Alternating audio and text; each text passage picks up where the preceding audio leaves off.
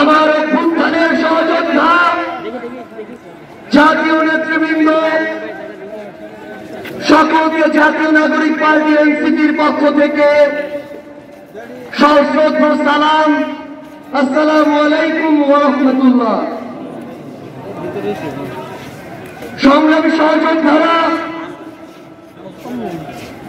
অভ্যুত্থানের 1 জুলাই পেরিয়ে আমরা 1 জুলাই এসে উপস্থিত হয়েছি, কিন্তু বাংলাদেশ থেকে মুজিববাদীদের ষড়যন্ত্র এখনো শেষ হয়নি। গোপালগঞ্জে এখনো মুজিববাদীদের আস্তানা গেড়ে রয়েছে।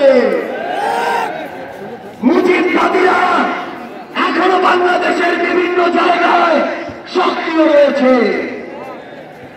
এই মুজিববাদ একটি আদর্শ, শুধু আইনি ভাবে এই মুজিববাদের মোকাবেলা করা যাবে না। আমাদেরকে অর্থনৈতিক ভাবে, রাজনৈতিক ভাবে, সাংস্কৃতিক ভাবে এই মুজিববাদের কোমর ভেঙে দিতে হবে। আমাদের মধ্যে রাজনৈতিক কত পার্থক্য থাকতে পারে, কিন্তু এই মুজিববাদের প্রশ্নে, এই স্বৈরাচারের প্রশ্নে অভ্যুত্থানের সকল শক্তিকে ঐক্যবদ্ধ থাকতে হবে। সংগ্রামী সহযোদ্ধারা, এই বাংলাদেশে আবারও নতুন করে মুজিববাদী ভারতপন্থী শক্তিগুলো এখন সক্রিয় হচ্ছে। আমাদের মধ্যে মতপার্থক্য থাকতে পারে, কিন্তু এই বাংলাদেশে বাংলাদেশপন্থী ব্যতীত কোন দেশপন্থী, কোন বামপন্থী, কোন শক্তির আর জায়গা হবে না। সংগ্রামী সহযোদ্ধারা, এই বাংলাদেশে আর ভারতীয় আধিপত্যবাদের জায়গা হতে দেওয়া যাবে না। অন্য যে কোনো দেশের নামে কোন আধিপত্যবাদের জায়গা এই বাংলাদেশে হতে দেওয়া যাবে না। সংগ্রামী সহযোদ্ধারা, হাজারের অধিক ছাত্র জনতা জীবন দিয়েছে। আমার হাজার হাজার সহযোদ্ধা আজকে আমার সামনে রয়েছে।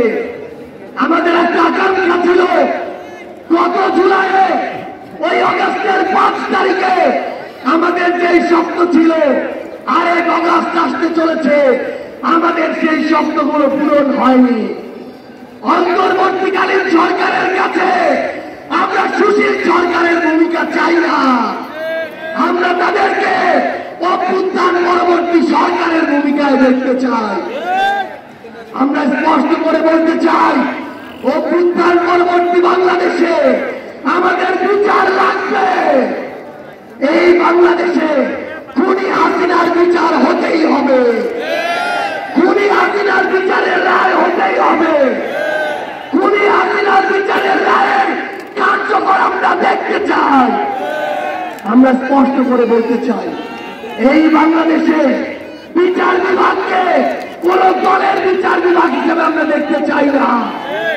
আইন শৃঙ্খলা রক্ষাকারী বাহিনীকে ক্ষমতার তোষামত করা বাহিনী হিসাবে আমরা দেখতে চাই না। আমরা স্পষ্ট করে আপনাদেরকে বলি, ৭২-এর মুজিববাদী সংবিধানকে এক পাশে রেখে কোনদিন এই বাংলাদেশপন্থী বাংলাদেশ সম্ভব নয়। আমাদের নতুন সংবিধান লাগবে, আমাদের গণপরিষদ নির্বাচন লাগবে, আমাদের নারীদের অধিকার আমাদের নিশ্চিত করতে হবে, আমাদের সংখ্যালঘু ভাই বোনদের অধিকার আমাদের নিশ্চিত করতে হবে। আমরা 1947 সালের উপনিবেশ বিরোধী যে আকাঙ্ক্ষা, ৭১-এর স্বাধীনতার যে আকাঙ্ক্ষা, ২৪-এর মুক্তির যে আকাঙ্ক্ষা, সেই আকাঙ্ক্ষাকে ধারণ করে ঐক্যবদ্ধভাবে আমাদের আগামীর বাংলাদেশ গড়তে হবে। আমরা স্পষ্ট করে সর্বশেষ একটি কথা বলে যাই, ফ্যাসিস্ট বিরোধী ২৪-এর শক্তি আমাদের ঐক্যবদ্ধ থাকতে হবে। তবে ঐক্যবদ্ধ মানে এই নয় যে আমরা কারো অন্যভাবে দালালি করব। কেউ যদি চাঁদাবাজি করে আমরা সেটা মুখের উপরে বলবো, কেউ যদি সিন্ডিকেট চালায় আমরা সেটাও বলবো, কেউ যদি দখলদারিত্ব করে আমরা সেটাও বলবো। তবে আওয়ামী লীগের প্রশ্নে আমরা ঐক্যবদ্ধভাবে আমাদের লড়াই চালিয়ে যাব।